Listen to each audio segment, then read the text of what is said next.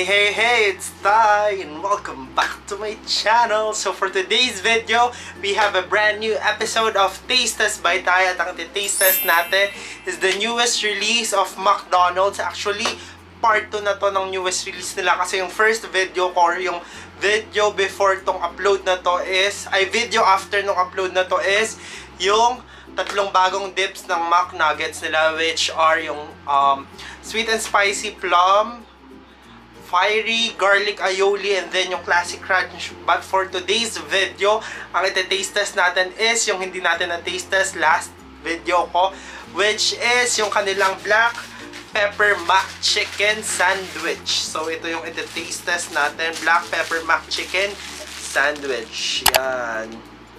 I'm such a huge fan ng chicken sandwich nila and yung mac chicken, and let's see if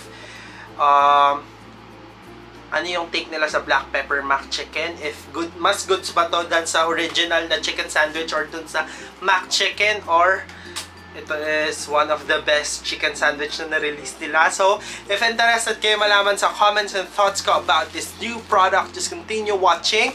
Before we start, please don't forget to subscribe to my YouTube channel and click the notification bell button para notified kayo whenever I upload a new video, and comment your video suggestions.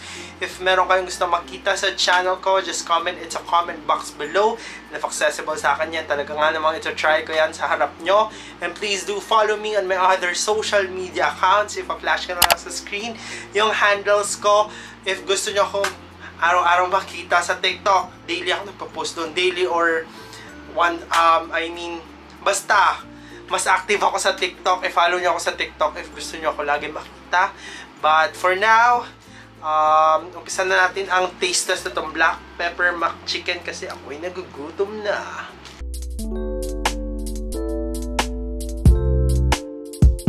Syempre, you know the drill. Bago tayo mag-taste test, sa pricing muna tayo. This is 99 pesos. You know what? Nakatipid na naman ako dahil sa McDonald's application. So, i-download nyo na yung McDo app kasi maraming sulit deals doon, and also makakatipid ka kahit barya-barya lang yan. Pag inipon mo yan, malaki yan. This is 99 pesos, and by the way, may kasama na siyang cool berry na Lipton, yung bago nilang drink, which is tinastas ko din before dun sa video ko. Hindi ko na sinama ngayon kasi yun yan, natastas ko na siya. Pero yung 99 pesos, yung black pepper mac chicken, and then yung cool berry na Lipton na drink. So yun. So try na natin tong black pepper mac chicken. Wow. Ito yung itsura niya.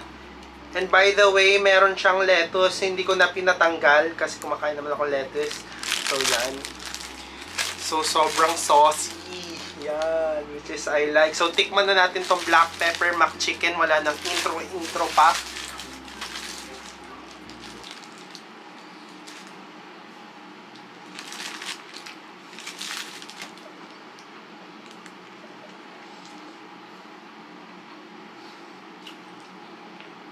Nung sa part na masos. Ayan o.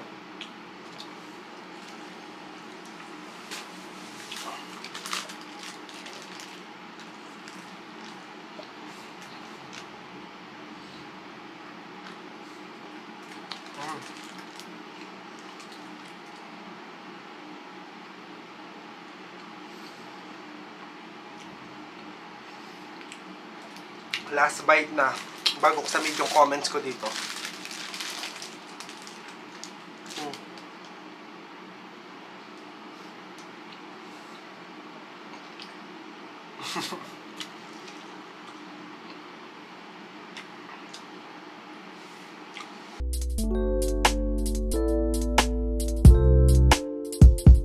So game, tapos na tayo sa taste test. It's now time for my comments para sa newest release from McDonald's, which is yung black pepper mac chicken sandwich. Excuse me. So bago ko sabihin yung comments ko, inubos ko muna yung sandwich kasi nagugutom na ako. So perfect timing tong video na to kasi I'm hungry, and yon, medyo na-feel naman ako dun sa mac chicken sandwich, kaya saktong-sakto tong episode na to. So yon, balik tayo sa comments. Ayun nga, if you want an upgrade sa inyong regular na mac chicken or chicken sandwich, you should definitely order this. Kasi yung highlight ng sandwich na to is yung black pepper sauce niya, which is merong right amount of creaminess. Hindi siya nakakaumay kasi ako pagdating sa sauce, basta medyo ayoko ng mayonnaise na sauce or yung matamis na mayonnaise, ayoko nun, ayoko. Kaya every time na ganun yung sauce, pinapatanggal ko talaga yung sauce. Pero ito, right amount of creaminess lang siya, hindi nakakaumay, may hint din ng sweetness, and also savory siya, and right amount of pepper. Perfect na perfect yung amount ng pepper niya, hindi siya nakakaumay, and also yung hint ng, or yung kick ng pepper is sakto lang, hindi siya nakakaumay. Kaya perfect na perfect din to. If you want, ayun nga, upgrade sa inyong regular chicken sandwich, and if fan ka ng chicken sandwich ng McDonald's, you should definitely try this. And if na-try nyo na siya, let me know your thoughts by commenting sa baba if same tayo ng nalasahan or same tayo ng feelings towards dito sa black pepper mac chicken sandwich. So yun lang yung masasabi ko sa newest release ng McDonald's, which is yun nga, yung black pepper mac chicken sandwich.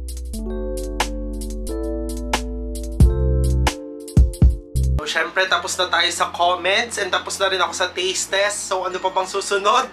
It's now time for my rating para sa newest release from McDonald's, which is yung black pepper mac chicken sandwich. So for the black pepper mac chicken sandwich na paulit-ulit ko sinasabi, bibigyan ko yun ng 8 out of 10. Sobrang solid and yun nga, must try. So if fan ka ng chicken sandwich, tumakbo ka na sa nearest McDonald's and i-try nyo na.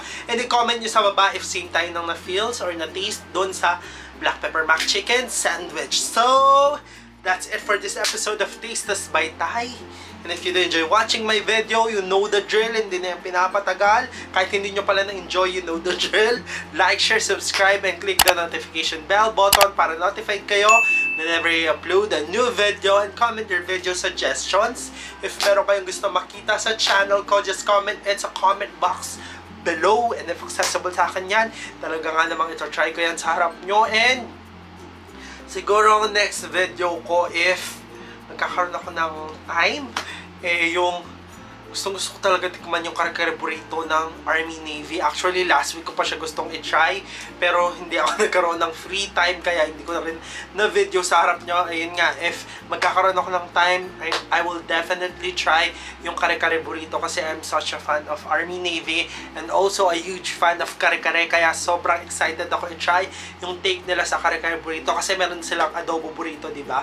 PI adobo burrito, and let's see if solid yung kare-kare burrito. So abangan nyo yun next sa aking YouTube channel. But for now, this has been Ty, and I will see you guys on my next one. Cheerios! Bye-bye! TY!